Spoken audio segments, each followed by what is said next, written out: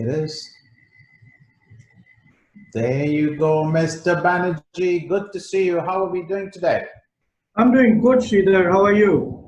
I'm very good. Apologies, we are running a bit late, and thanks for skipping your lunch and being That here. happened.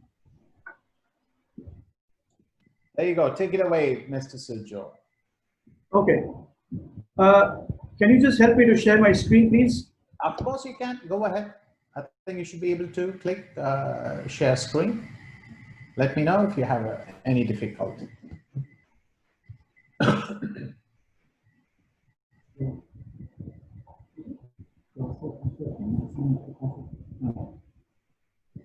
Okay, just a minute. Sure. No problem.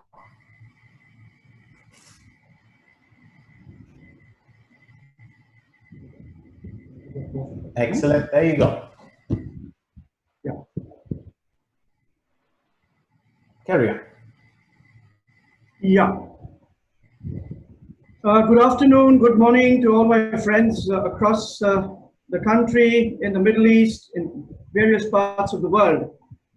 First of all, I would like to thank Helen and Sridhar for the opportunity to share my views and thoughts on the perspectives of the organization and the work in the new normal. I was just listening to what the previous panel was talking about, my good friends Amit, Nathan, and I picked up two. Amit used the word WQ, work, workplace, and workforce. And Nathan, as usual, talked about the FQ, fit for the future. So my two takeaways from this session, which just preceded my session, I love listening to each of the participants. In fact, what I think is they have laid the premise of what I intend to share with all my colleagues on this platform. I was listening to a television program a few days back and just going to share with you what new normal actually talks about. Nowadays, in Denmark, in Canada, and many developed European countries where COVID-19 has reduced its impact, the number of positive cases have gone down, they're having something called the drive-in concerts, which means that in a parking space, you have a band which is playing out there, people drive in their cars, they sit in their cars, they don't step out, they maintain the basic social distancing, and they enjoy the music out there with the doors open of the cars or the sunroof open, and they're having a blast. So I think the way the rock concerts are going to happen in future, this may be a form.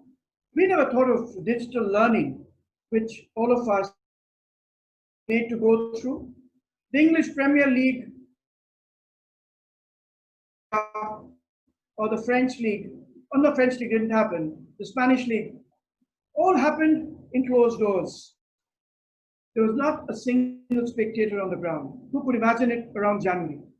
We talked about the bio bubble in which the NBA and the basketball league in the United States of America is getting prepared. You're talking about the IPL to start on the 12th of September, 19th of September at Dubai, at the Emirates, in Dubai, Abu Dhabi, and Sharjah.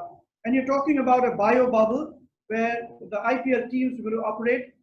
Chances of people not being in the stadium is pretty high. So I think this is the new normal. This has impacted the organizations also. It has compelled our businesses to revisit, redefine the business processes, to look at the organization structures, and of course the workforce management. Business processes actually going through a huge churn. Companies are being compelled to review their processes. Workforces are being reviewed. In fact, workforces can be categorized in the new normal into three categories. People who, by the nature of their job, cannot afford to be at home. The people at the shop floor level, people who sell products or goods in a departmental store, they have to have a customer interface. People who do after-sales service of equipments. People uh, who are an ordinary salesman visiting a dealership or a distributor or even a shop. So they have to go out. You can't have them operating out of home. You'll have another set of people who will be operating out of home and will be required to attend office once in a while, depending on the nature of their assignment. And the third is one who can always work out of home. So you'll have typically in the organization ecosystem three types of employees. It's not going to be work from home throughout. So therefore, we must accept that there's a need to change. In that the business will be returning back to its normal shape when the pandemic goes down or the impact of COVID-19 decreases around the world. Traveling in an airline, no one thought that you'll be given a PPE when you board an airline. No one thought you'll have to give a medical certificate if you board an airline which announces you COVID-free. So the way the organization is going to work, way life will evolve in the new normal has undergone a huge change, and this change had to happen, but I think COVID has facilitated or accelerated this pace of. So therefore, going forward,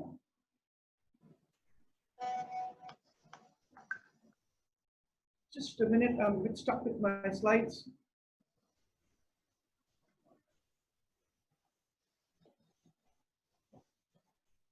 Okay. Now, companies are all compelled now to ask some basic strategic questions. What market are we in? Who are we in that market? What roles do we play in the ecosystem? Who are we? Can we shut down now and reopen post-pandemic? If we do it, can we regain leadership? Will we get bankrupt or can we emerge as a market leader fueled by the requirements of the lockdown? What is the plan for bouncing back? How do I manage the crisis and get back to business when things open up? How will the culture and identity change? And in all likelihood, my friends, the culture and identity of an organization will 100% undergo and change. You'll have various types of employment contracts which will come into being. I was listening to Raj, I was listening to Amit, I was listening to various people in the previous panel discussion, and people talked about gig economy workers. People talked about work from home. People talked about a professional intellect, where you get expertise from across the globe connected up to your organization, not necessarily on a 30-year contract, but maybe for a project. So you need to have a different feel and shape and experience of the organization and the culture, because the organization is going to be more networked, more connected, but at the same time remote in many cases. So there's a fine balance between managing this remote environment and still maintaining the culture and identity of the organization. So companies are grappling with the question, what new projects and initiatives do we need to launch and run to overcome this COVID and be prepared for the future? I enjoyed what Amit said. You're not going to have a recurrence of COVID, but then you need to keep the organization agile. You need to keep the organization resilient and anti-fragile so that we can absorb these shocks. How prepared are we to execute these projects? As an organization, are we organized in teams or in individuals? Are we connected to deliver what we're expected to deliver? So therefore, what do we need to do in the new normal to reboot our businesses? The companies are actually reinventing themselves. They're building competencies which they've never had invested before. It's becoming more data-driven, more digital. Companies are creating more variable cost structures. I heard a few of my panelists talking about incurring costs when companies need them, rather than loading the cost of the fixed cost onto your operations for times to come. You need to make the organization more agile based on automation. You need to make the organization mentally agile so that you become less fragile to shocks. You have to have stronger e-commerce capabilities. Companies need to manage the fundamental shifts to come back to the new normal. They have to look at how to reach the market in a different way. I belong to a company which deals with capital equipments. We always thought capital equipments in marketing, you have to have typically a very non-digital approach where you have these camps with the customers. We explain to them the functionalities, efficiency of your equipment. No. Now we are seeing that even capital equipment worth a few crores are being sold on a digital platform. Cars are being sold on a digital platform. So the companies have to change their ways of go-to-market strategies. Companies will be changing their models of supply chain. Do we need to stock a lot of material, or we just get into, we'll procure it when we need it? So they may be revisiting the supply chain model. The entire value chain of the organization is likely to undergo a transformation. And this is what the organizations need to do, reboot back to business in the new normal. You need to manage your workforce shifts because you'll have a group of people who will be working remotely. And therefore, what Nathan was saying, trust. You've got to trust your employees. You've got to have faith in them. You cannot be policing on them and checking out on them, whether actually on their desktop or on their laptop or on their mobile phone. You've got to give them the empowerment. You've got to make them feel that, okay, we've given you an accountability, an assignment. We believe in you. We believe in your commitment that you will deliver this for the organization. We believe in the employees' commitment to serve the customer and ensure that the business used to happen pre-March 24th in India. But how do we do this? You need to keep the workforce engaged in a virtual environment. We've learned, I'll just share with you what we've done in our company, which is typically into sales. We reinvented our HR strategy. We never felt that virtual instructor-led training, or the VILT, could become a reality because we emphasized on face-to-face classroom trainings, where we felt that the trainer has to be there, right in front of the learner. We worked very closely with Caterpillar of the US, and Caterpillar has a very robust, structured platform of e-learning. We created learning modules in sessions of 90 minutes. And the entire month of April and May, we engaged with the employees because they were all at home to reskill them, to refresh them about technology, about the work they do. And in this manner, we also connected with the employees. And we did it at a time which is convenient to them. We did it late in the night or a time which they wanted to undergo a training program. We did virtual sit and draw competition for the kids of the children.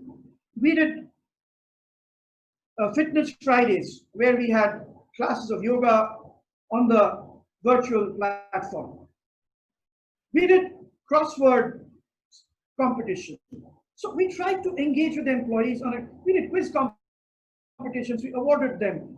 And this went on for the entire 3 months. So the people felt that we are in touch with them because they were going through a lot of stress at home. They were going through a concern about the future of the organization, the future of business, because negativity was all around. What's going to happen to me? So we had virtual town halls every 1 week, reaching out to mass employees through the leadership team. We heard them. We heard their concerns. We engaged with them, conversed with them. And that's become a normal process for us. We've accepted and embraced the change. And we're also ensuring that people also focus on the financial health of the organization. We need to manage our costs better. We need to ensure the profitability and ensure that we have a cash flow in order. So how do we manage our cost? balance our costs so that we are ready for the future. So in that background, where the organizations have faced a challenge, they are rebooting themselves in the context that I've been talking about. So what will they look like and how will they work in the new normal? Remote working is a reality, let's accept that. But the right balance is to be established depending on the business needs and the process requirements. Believe you me, remote working is not about providing laptops, internet connections, and a printer or a scanner at home. Work has to be organized between a distributed workforce because people will now be more connected. So you need to establish very well-defined protocols and processes for employees to collaborate and be accountable, so that my end product becomes an input for somebody else, or we work together to deliver something to a customer, internal or external work. So define the purpose of being in office. The workplace has shifted out of the physical infrastructure of a so-called office into the confines of the home. So how does one think, behave, and act even within the confines of the home without compromising on the professional commitments? So dependence on the traditional organization structure will reduce to a large extent. Organizations will have to configure strategy, to configure their structures, processes, people, and technology. Structures may flatten down. Over a period of time, we might have seen that a lot of layers had happened in the organization which had evolved because people wanted to keep their jobs alive, which may have come to the forefront now. Those jobs might either get clubbed with something else or may fall by the wayside, and people will be required to reskill and unlearn and relearn new skills. There is more decentralization and reduction in a top-down command control approach. A lot of decision-making capability and power will be now decentralized in autonomous work groups. But this will not come easily. There has to be coaching. There has to be hand-holding and enablement. We will come out of the Raj of monitoring and inspection. The inspector Raj of the managers has to stop. Organizations have to create a flatter, flexible, interconnected, on-demand and collaborative organization structure. We need to connect up with people across the organization, work from different workplaces in different parts of the country, different parts of the continent, and still deliver the common goal. That may have been happening in a lot of information technology companies that people used to work in projects across time zones, across continents. But for a large number of organizations in India, especially in the brick and mortar, as well as in the traditional sectors, core sectors of the country, this is a new normal or the new abnormal, whatever you would like to call it. Therefore, how will the organizations work in the new normal? Organizations will also have to connect with the gig economy workers and establish work patterns that integrate with the on-roll employee workers. So the gig economy workers will typically bring in a lot of niche skills. And if you can engage or connect with them, they can be a key differentiator to your output quality, to your process quality. With remote working being a new normal, organizations will have greater access to diverse talents across geographies.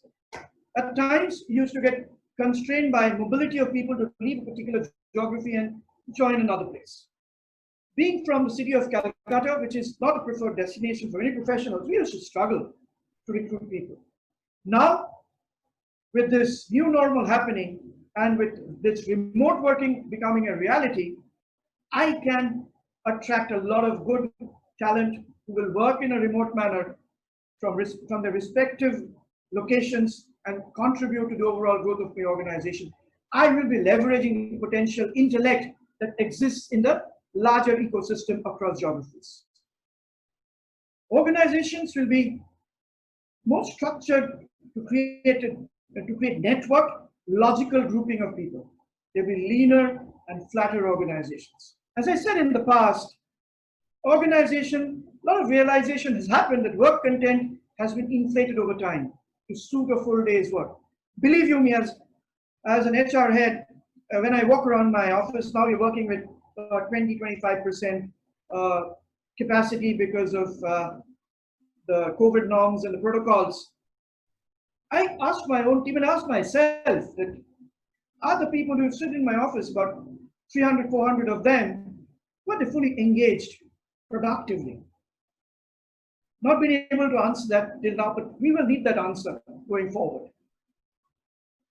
So what will the organizations who will operate both in a physical and a digital environment? Organizations will not only operate in digital, nor in physical. It will be a combination of a physical and a digital environment where they will connect, collaborate, and will have to engage. So you'll have to redraw work practices and policies of the organizations. The old policies will have to be revisited. The old practices will have to be revisited. The old reward and recognition systems have to be revisited.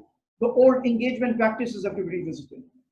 So you've got to create a more network and an organization that can change, that's agile to any shock. It becomes a shock absorbing and a quick to respond organization.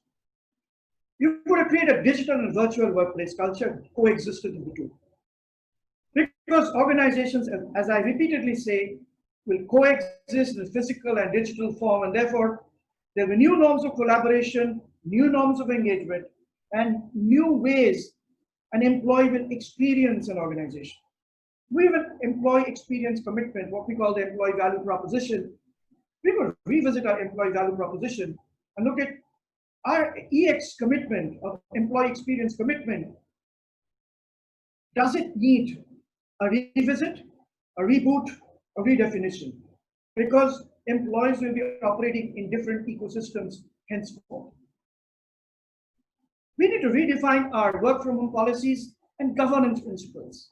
And governance has to be based on the basic principle of trust and nothing else. That's the first and foremost pillar of this governance. Post-COVID, you have mannequins changing their clothes. Business models will also need to undergo a change in their clothing or the way they look. So the organizations will have to revisit and relaunch their learning and engagement strategies and initiatives. Organizations will have to give a lot of priority and focus on employee experience and digital workplace. For the last 3 months, the talent acquisition team of our organization has been doing digital onboarding. Believe you me, with 30 years of work ex, I could never believe that we'd have a digital onboarding process. But we changed. We had to change in a month's time. So the employees who are coming on board, we told them, buddies, please hold on. Just give us a month's time. Let this pandemic get over this initial fire of 1 to 1.5 months. Then we boarded them all onto the organization, and we had online boarding for them. Eventually, from either if they could attend to the nearest branch office or location, if they could attend, and if the local policies of the state or the city allowed it, or they did from the homes. We provided them with laptop connections, with laptops, and we did digital onboarding, which we couldn't think even on the first week of March when people were joining the team. You need to reinvent your competencies, which you expect people to demonstrate. You need to revisit and redefine. You need to figure out what are the new set of competencies people will need. Are you talking about emotional resilience? Can we manage shocks? Are we agile? Can we bounce back? Psychological safety. People were going through huge psychological challenges of uncertainty. Whether I'm going to retain my job, that's still there. So as Manathan was saying in his last session, mental well-being of the employees will take a huge, important role. You will need a mental health officer who's going to look after the mental health, because if mental and physical health of the employees are taken care of, you will have a productive employee, especially in a remote connected environment. and you've got to have employees, which has to focus more on collaboration. You've got to focus on design thinking and innovation to manage disruptive change. You've got to figure out what does the customer want. And based on that, do I need to innovate? What innovations do I bring onto the table continuously? And approach and adopt a design thinking approach to manage that innovation. And last but not the least, we need to redefine the leadership competencies. How do I manage virtual teams? How do I manage hybrid operations? Do I need to revisit my own style and look at changing my style? So these are the questions organizations will be asking themselves and answering based on. So my second last slide, I've already shot by 30 seconds, overshot my time of 20 minutes. So I'm talking about 3 R's. I'm going to end with, they talked about 3 W's, 3 F's. I'm going to end with 3 R's. It's respond, recover, and renew. So the companies need to take immediate actions to keep people safe and essential business functions operating. They need to restart their activities, reopen, rehire, rebudget, resupply, create a plan to restore a scalable state where they go back to the state where they were in terms of business volume and revenue before the COVID started. And strategy execution across the company, across the organization. Renew, strategic intervention. Use learning and emergent patterns from prior experiences and prior phases as elements of a new foundation. Learn from the past and build the future. That's the way you're going to handle the future and reset the organizations.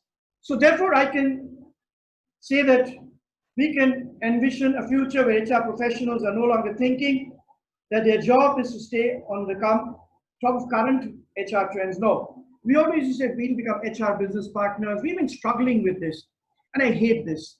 I don't agree that we are business partners. HR itself is business. HR is the core of business. But we have repositioned ourselves to become workforce advisors, workforce managers, and line managers. We have repositioned ourselves to become workforce managers, and we are business. We are not just business partners or business enablers. So with this, I just would like to say that come gather around people wherever you roam and admit that the waters around you have grown, and accept it that soon you'll be drenched to the bone. If your time to you is worth saving, then you better start swimming or you'll sink like a stone. So the times, they are changing. Thank you very much.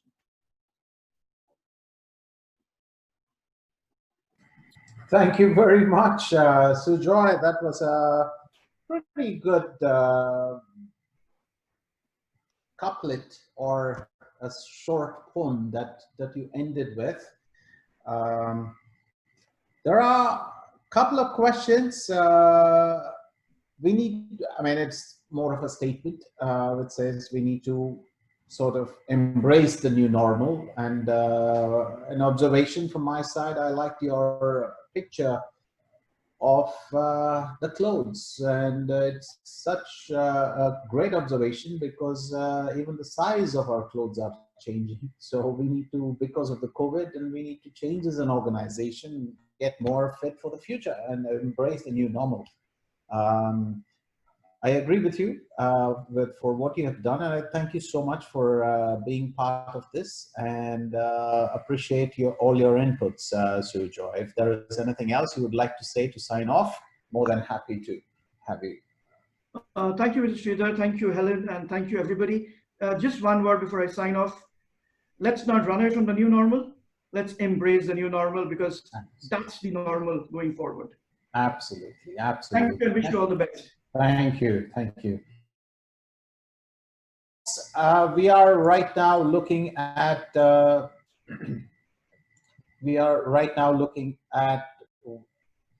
inviting Mr. Arun Ray to get on board, and thank you so very much for Arun for having been patient all this time to join us.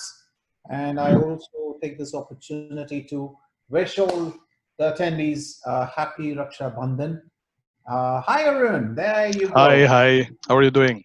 Very good, excellent. Without much ado, I Mhm. would rather hand this over to you. Please take it further and rock away. Of course. Thank you so much. Thank you so much. From the morning, I have been lucky enough to kind of get into quite a few sessions, and then it was pretty nice. I mean, a lot of learning, right? My session is a very simple one, though. But thank you so much to you and then Helen, of course, for having me here. And then I thank all of you who have already attended the session. We are going to talk about something, but then all about some basics of leadership. But then let me just share my screen with all of you and let me know once you're able to see my screen. Sure.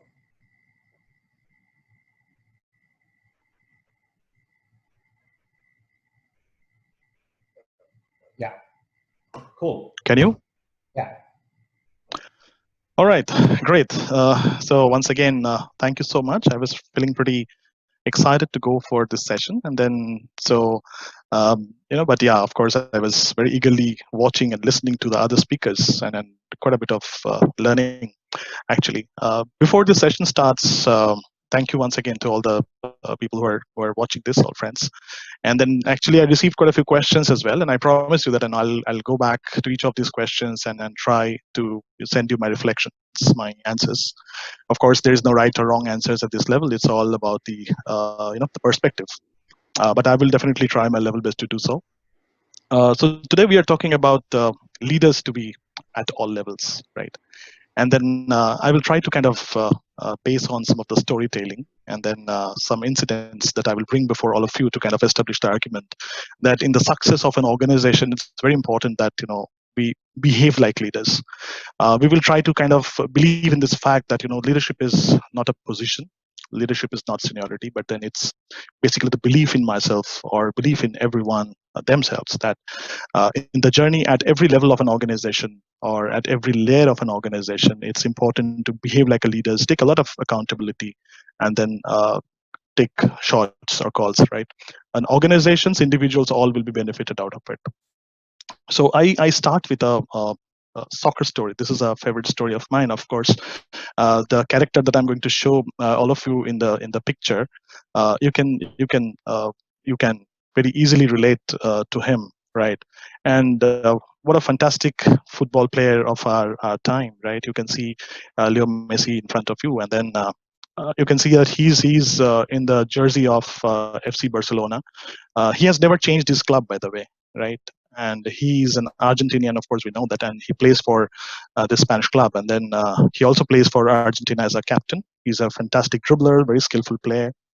Though people kind of do a lot of argument that whether he's the greatest player of all time or it is Diego Maradona. I believe personally that Maradona is having a lot of flair, but then Messi is more impactful. I mean, quite a fan of him. Look at him. I mean, he's dribbling the ball, and then there are 6, 7 other players whose actions are all focused towards him. Right? They're all trying to stop him.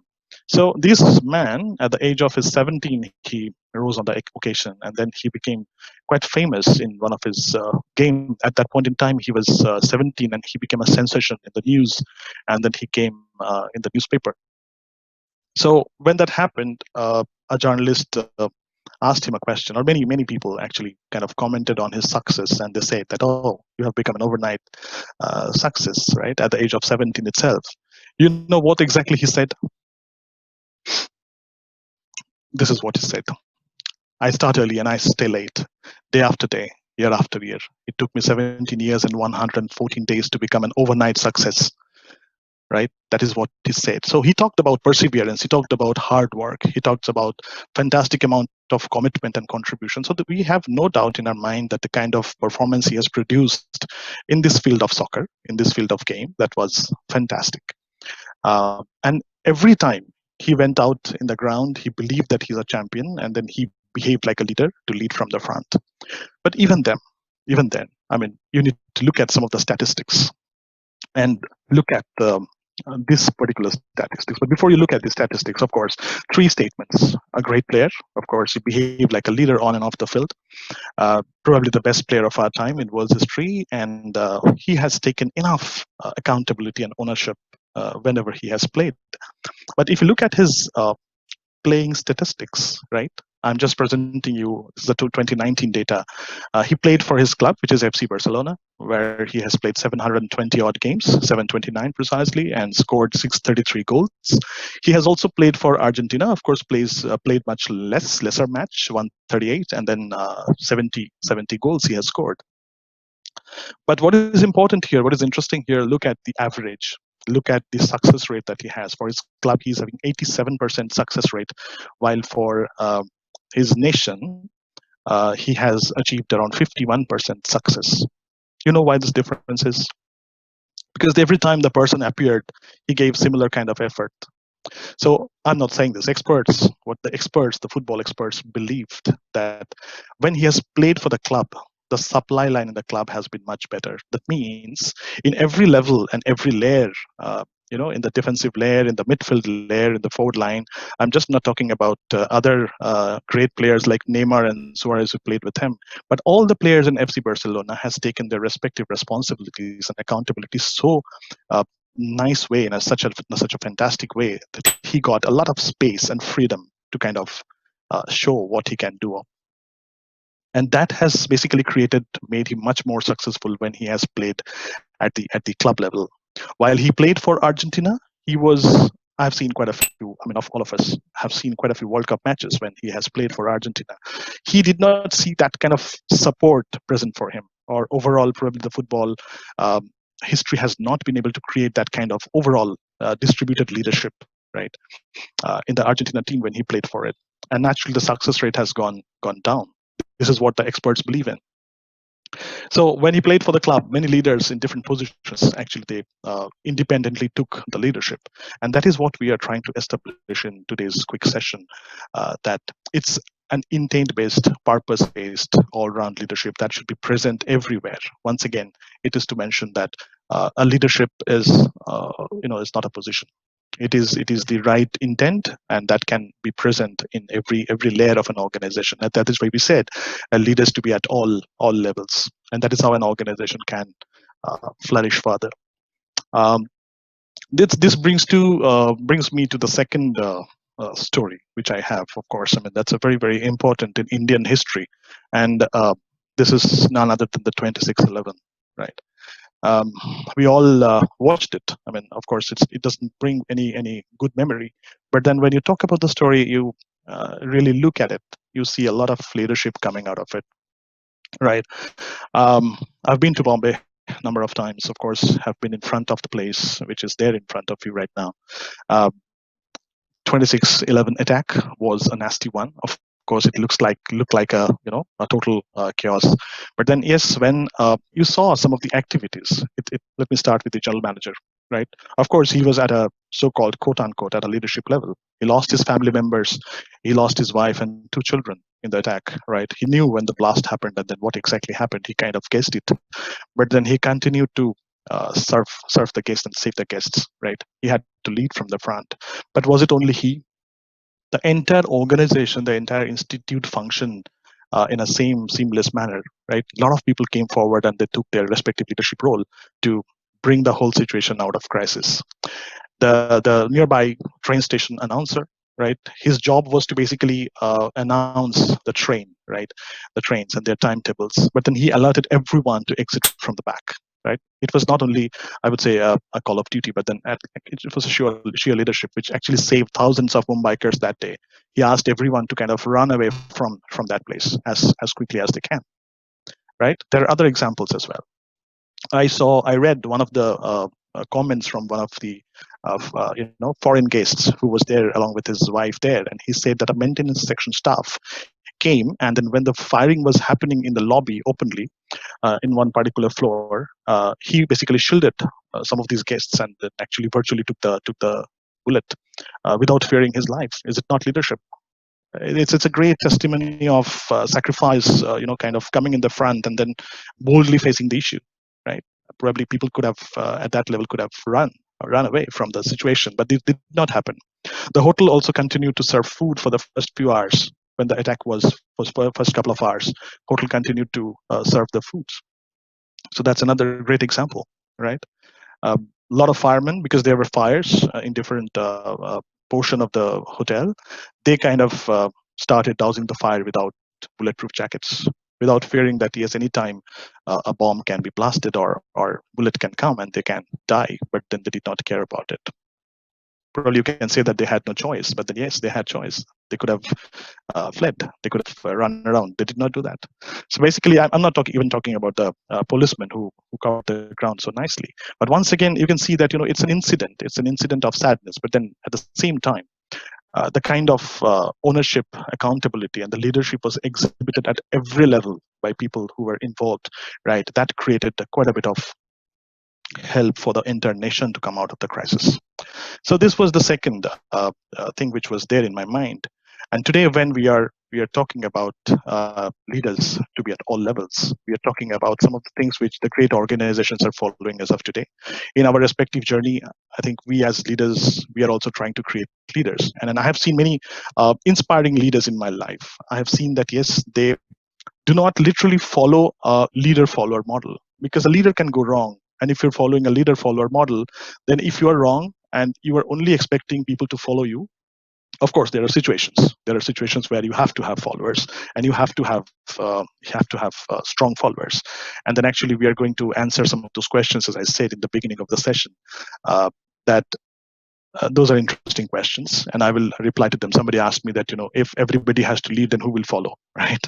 But yeah, we have answers. There is no such clash between a leader and a follower. A person can be a fantastic leader at the same time he can or she can be a great follower as well, and vice versa, right? In fact, we have seen that the people who are great leaders in their personal life, they're great followers also. They're great, fantastic followers of discipline. They're fantastic followers of values and ethics. The rules that they create in the organization for themselves and others, they're the first people to follow them. In their lives, they are also inspired by many. So actually there is, if you're a great leader, you can be a follower too. And then if you're a follower, if you're probably at a lower level in the pyramid, right, where you need to follow a lot of organizational compliance, there also you can take lead in many things to behave like a leader. It's all about the behavior. Few pointers in front of you. So how an inspiring leader should always have this in mind. Uh, Inspiring leaders' responsibility would be to increase employee engagement and commitment due to a sense of collective responsibility, right? All together, the person will try to create a lot of leaders. Um, Sharing of ideas, the person will always encourage sharing of ideas and help generating new solutions for the old problems or all the existing problems. Encouraging more effective and responsive decision making, and that is only possible when you make the person accountable. When you say somebody that yes, you are important to me, only then you can expect that the responsive decision making will happen. I have a 12 years old son in my home. Many a times I go and ask him that what should I do, right? When I say this, it's not important that whether every time he can make decisions or he can make right decisions. Maybe 50% of the time or 70% of the time he doesn't know what to do, but then he feels important. In an organization also, it's very important that we go to different levels and start telling people that it's all about your leadership, which can can help us to kind of attain certain levels. Help to develop a greater sense of openness, and then that only can happen when a communication starts happening. If I always command that, okay, I'm the leader and you are going to follow me, right? That's not the right trust building communication. They help in succession planning, and then they see the right potential in people, the inspiring leaders we are talking about, and then they create great leaders at different levels. And that helps the better network, better teamwork in different levels of the organization. When the teamwork is good, then everybody starts believing in one objective. Probably that also came as a question, that how people can see a purpose. People can see a purpose when the big picture, the right objective, can be in a very simplistic way, in a very simplified way, can be communicated to them. And then they start taking ownership and accountability, start driving, behaving like a leader. And this leaders, the inspiring leaders, they also kind of great organizations, they also kind of give people more flexible and adaptable approach to work. If you give space to people, people will naturally come out with their natural abilities, and many a times they will go beyond their natural abilities as well. And that is something that we need to look at in every organization, right? If you kind of try to always define who should do what, then people might not be able to overcome their limitations. That is what is important here as well. A lot of knowledge sharing and learning insights, inside and across departments, that also needs to happen. And inspiring leaders, they do create that for people to feel that, yes, it's important for them to kind of get more and more learning, and then accordingly move in life to make decisions. That brings me to another story, right? It was a little bit of kind of pointers which I call gyan, but yeah, another story, another great example. So this is a story of USS Santa Fe, which was the worst performing fleet in United States Navy, right? And then you know what happened. Let me share that with you. So David Marquette, basically he was the captain of this ship. He took charge in his mid-career. So David, from the childhood, right, in his summer vacation, he used to go to his grandparents' place to kind of spend the vacation, and he used to go to the library where he first exposed to different leadership stories, and then he started feeling very excited about quite a bit of leadership journey of different people who he actually read. So he also started believing slowly that, normally in Army, Navy, what happens? People command that, okay, I'm in command, so I'm the leader, and you should honestly follow me. But then number of incidents happened in front of him while he said something, and people blindly followed him. That created almost a catastrophe. That created massacres. So he started believing differently. So he always, started. He considered his crew as leaders and not followers. So that is what is very, very important here. And why it is important, I'm just telling you that. Uh, as I said, from his experience, he realized that a typical leader-follower model can restrict an institution to flourish, and which is very kind of going to be very applicable to our kind of organizations as well, where we are constantly facing disruptions. The earlier speakers in different sessions, they have also mentioned the same thing, that we have to be very different. The different thinking has to come. This is no different thinking. This is already proven, right? But we have to be just cautious and keep our eyes open. David Marquette also did something, that he allowed and empowered everyone to take calls. He faced problems because of that. When people, without having much insight, started taking decisions, a lot of chaos happened. It took place. At one point in time in his career, he went back to the leader-follower model also. Again, he came back, right? Again, he devoted to kind of establish this. But finally, under his command, by using this technique of distributed leadership at all levels, right? What he ensured, Captain David Marquette, what he ensured, that USS Santa Fe did a fantastic turnaround from the worst performer in the fleet to the best in terms of operations as well as retention, right? In a very shortest possible time. So that is another story of kind of distributed leadership. And then what we are kind of, why we are going through all these stories and why we are listening to all these great incidents, because of few things. What we are trying to say while summarizing the session, it's going to be very intent based, and I would say very purpose based. Somebody asked the question that how do we again show the purpose to our people? Purpose is nothing but seeing the big picture. Purpose is all about that by doing my work, what I'm, how I'm helping the organization to achieve its own objectives. That's the purpose. That's why I'm here. So end of the day, when I go home, I used to go home. Last 5 months, I'm not going. I'm kind of at home only.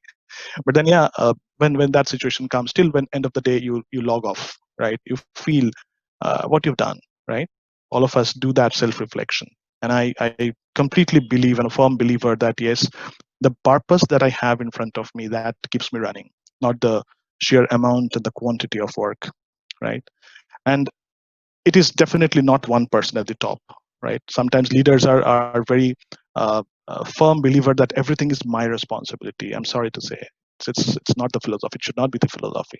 The philosophy is that it should be distributed, where a lot of people will come together and kind of it's a team, right? And then take the responsibility, and that is how the entire journey will happen. Yes, for giving the direction, for holding some of the governances, compliances, a person can be there. An organization have to follow certain hierarchical level, but then at the same time, It is definitely not one person who is going to make the difference. It's not possible, right? And it is especially seen that it is something like wearing the jersey of your national sports team.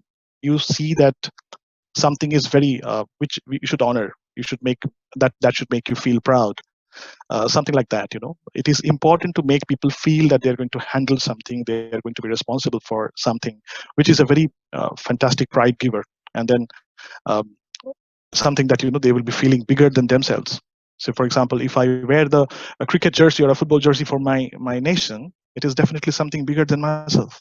So that is something which is going to be very essential, and that is the feeling which probably we need to give our people at different levels in the organization. And we are talking about the organizational performance to go up.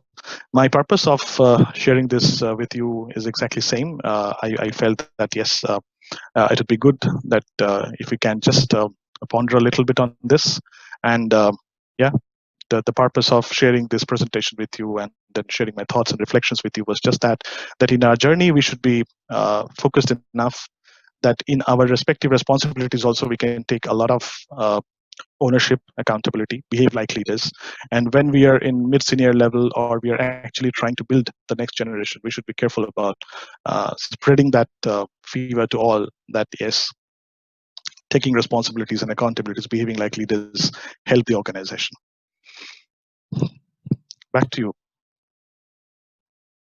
Thank you so much. At all. Thank you so very much, Arun. That was fantastic. I know you've got plenty of questions, and I'm not sure how we're going to respond to all of them. And probably on I will respond to all of them. Excellent. I'll leave that to you. And I appreciate Sure. you joining us, Arun. I enjoyed a lot about your presentation, especially when you started talking about Messi, because I'm a huge fan. So I think he's the best. And I agree with you absolutely in that area. Thank you so very much. I just want to very quickly make a couple of announcements. Today, in the evening at 7 p.m., we've got an online live music show. I would appreciate if everybody can join in and support the upcoming artists. It is, again, happy Raksha Bandhan Day to everybody out there. Thank you so very much. We had a very hectic day one. I think going forward tomorrow, we probably have to put in a bit more stringent time management techniques and to make sure that all the speakers finish on time. I appreciate everybody's input and thoughts and the actionable insights that were shared. I'm going to sign off for the day. Again, a quick reminder that by tonight, 7 p.m. Indian time, we will have a live music show. Appreciate it if you can join us on the same app, same web app, same mobile app, please. Thank you very much. You have a good day. See you all at 10 a.m. India time tomorrow. Take care. Bye-bye.